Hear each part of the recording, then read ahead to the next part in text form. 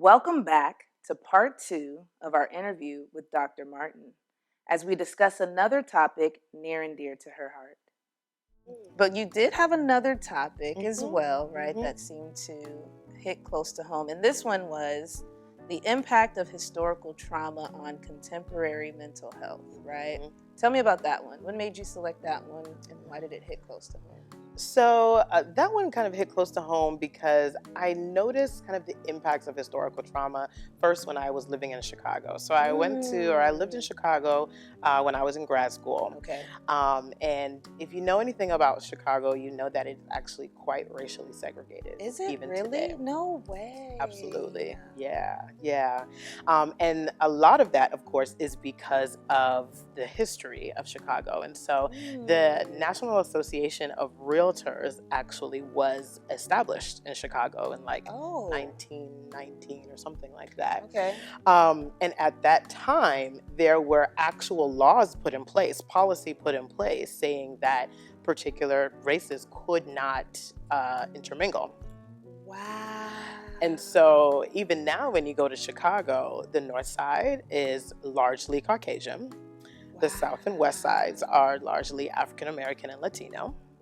Wow. And it's a stark contrast. Like when you take the Red Line, for example, the train in Chicago, you can take it, I believe, from north to south. And if you stay on that train the entire time, you will see the drastic difference in just the population of people coming on the train.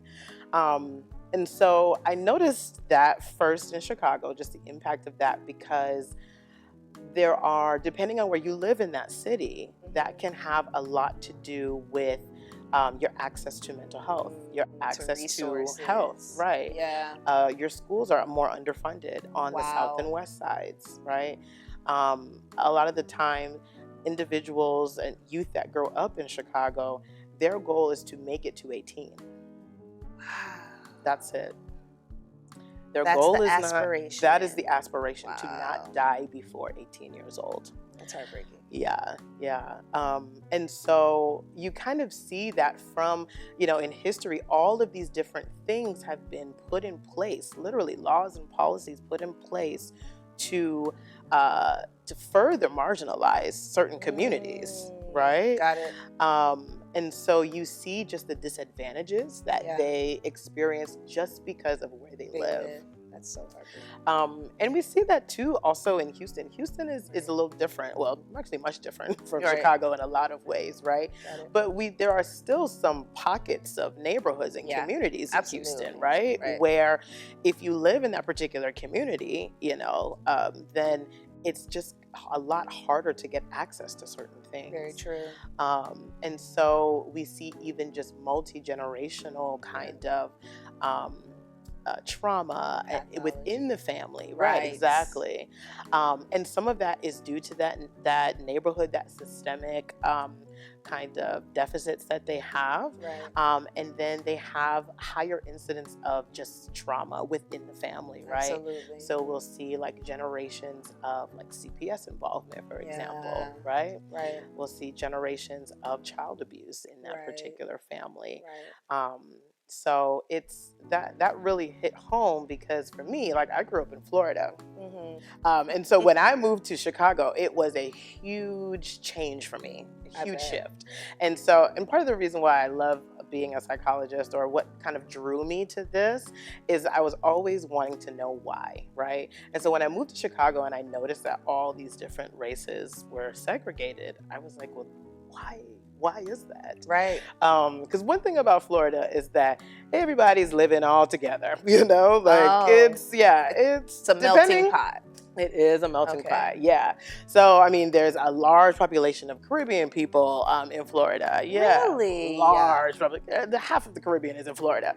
Absolutely. I would have never known that. Absolutely, yeah. Huge Cuban population, huge Haitian population, Jamaican, Trinidadian. Yes, absolutely. All right. And then, of course, depending on the other cities that you may go to, of course, there may be a little bit more higher population of Caucasians or whatever, but huge melting pot of Florida is, And so moving to Chicago was a huge cultural shift for me in a lot of different ways.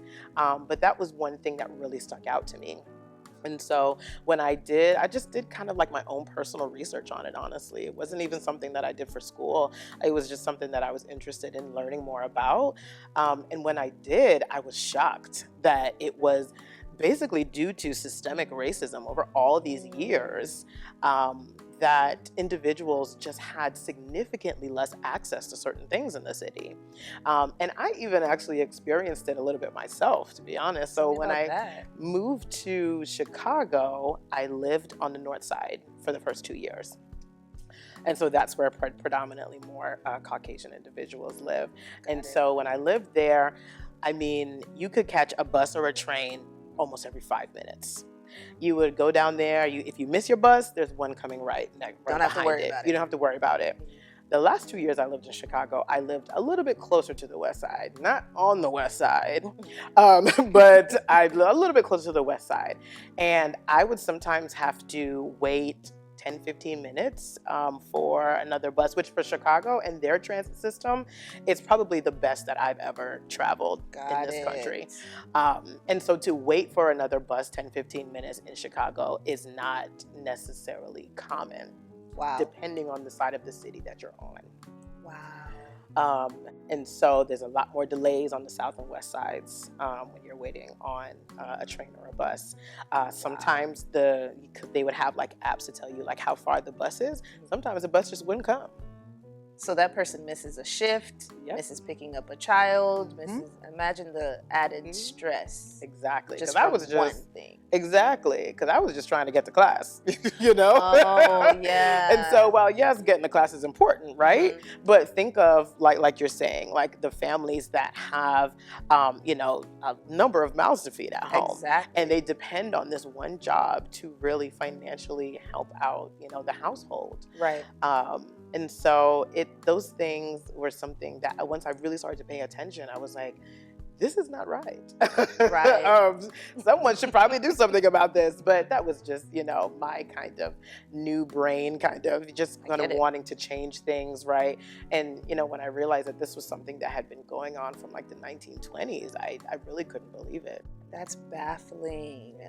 Wow. And it's still going on to this day, which you do hear about certain states and cities and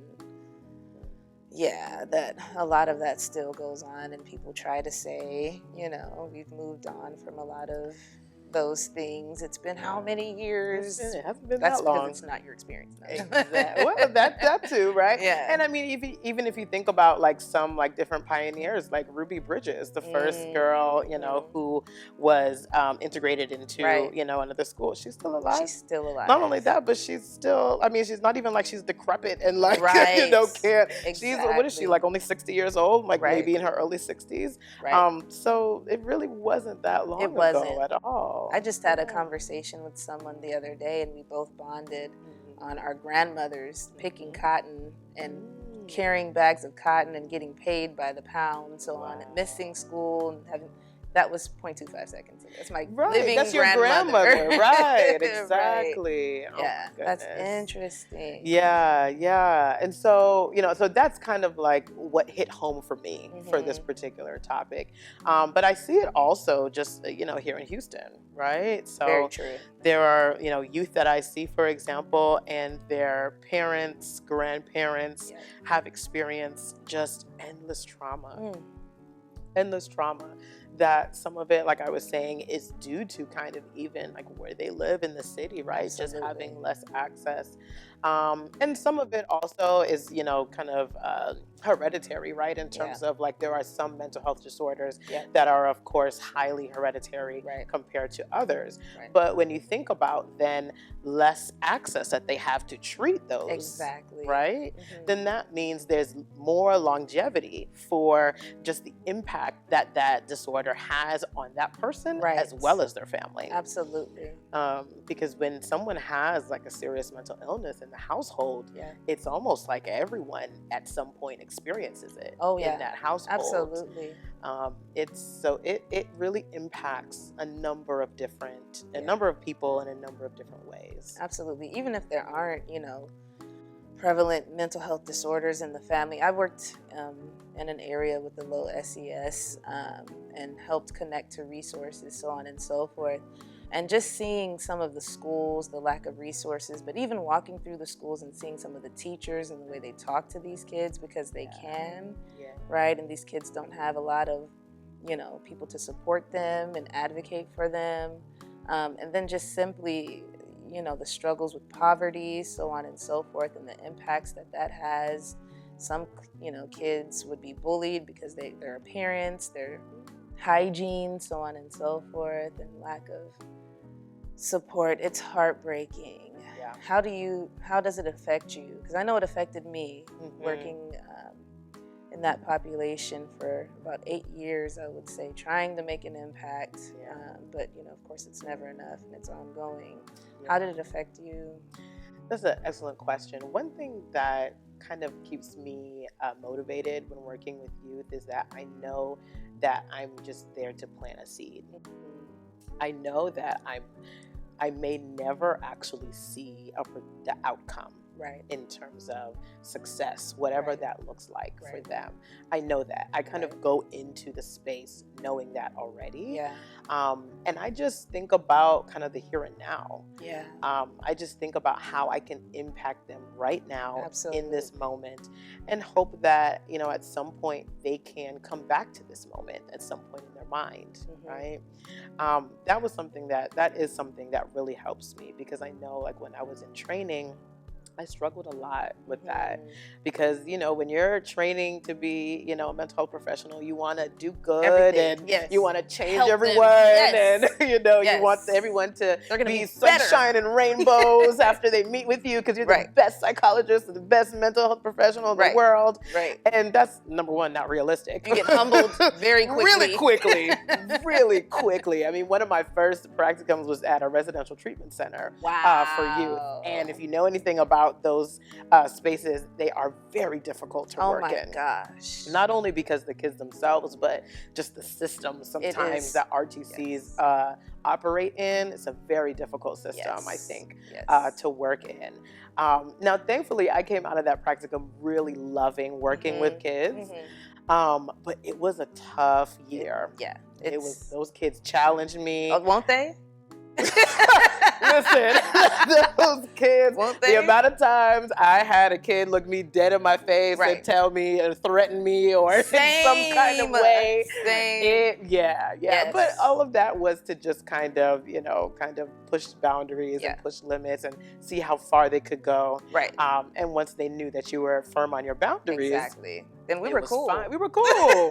We were cool. Yeah. And those became some of my favorite kids to work with. Absolutely. Girl, I would take them. We would go to the basketball court. That was the therapy session. We would go out to play, knowing very well that I cannot play basketball. But I'm still. We were just out there shooting baskets. That's it. Well, that's what I was doing. In my dress shoes and dress clothes.